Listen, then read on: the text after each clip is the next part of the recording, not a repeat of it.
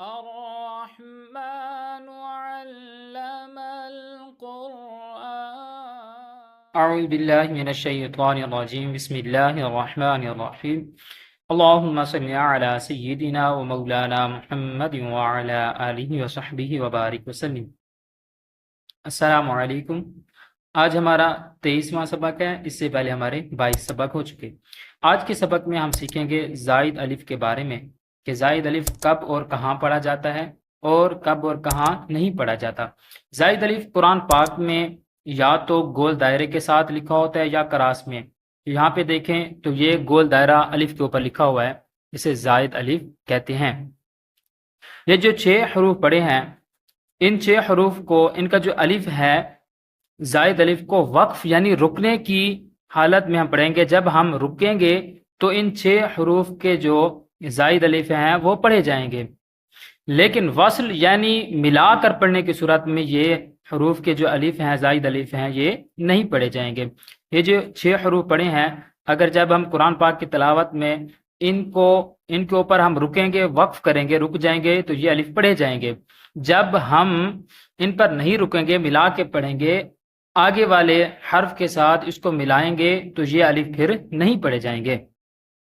پہلا سورۃ الکہف میں پڑھا ہے 15 پارے میں لاکن، اب جب وقف کریں گے لاکن، اس کے بعد الظنون، الرسول، السبیل، قواریر، قواریر یہ 2 ہیں، یہ 29 پارہ سورۃ الدہر میں۔ جو پہلا قواریر آتا ہے اس پہ جب ہم ٹھہریں گے تو یہ الف پڑھا جائے گا، اور جب نہیں ٹھہریں گے تو پھر یہ الف نہیں پڑھا جائے گا۔ پھر اس کے بعد آنا، آنا جو ہے ہر جگہ جب اس پہ ہم ٹھہریں گے تو یہ آنا پڑھا جائے گا، جب نہیں ٹھہریں گے تو یہ انا پڑھا جائے گا۔ اس کے بعد قرآن پاک کے اس ایک کلمہ سلاسلہ جو 29 پارہ سورۃ الدہر میں ہے، زائد الف کو وقف میں پڑھنا اور نہ پڑھنا دونوں جائز ہیں۔ قرآن پاک میں ایک ہی کلمہ ہے سلاسلہ 29 پارہ سورۃ الدہر میں، اس کو وقف اور وصل دونوں حالت میں پڑھنا نہ پڑھنا جائز ہے، دونوں طریقے سے پڑھ سکتے ہیں۔ البتہ وصل میں اس زائد الف کو نہیں پڑھیں گے، جب ہم وصل کریں گے، ملا کے پڑھیں گے تو زائد الف جو ہے وہ اس کو نہیں پڑھیں گے۔ ان تمام کلمات میں زائد الف کو وصلاً یعنی ملا کر پڑھنے کی صورت میں اور وقفاً یعنی رکنے کی صورت میں دونوں اعتبار سے نہیں پڑھیں گے۔ یہ جو نیچے والے جتنے حروف پڑھے ہیں تو ان کلمات کو چاہے ہم قرآن پاک میں جب تلاوت کر رہے ہیں، چاہے ہم قرآن پاک میں تلاوت کرتے کرتے ان الفاظ پہ رکتے ہیں یا نہیں رکتے، تو یہ الف کسی بھی اعتبار سے نہیں پڑھے جائیں گے۔ ایسے آفا اماتا، افا اماتا نہیں پڑھیں گے، آفا اماتا، آفا امتا، آفا امتا نہیں پڑھیں گے، افا امتا نہیں پڑھیں گے۔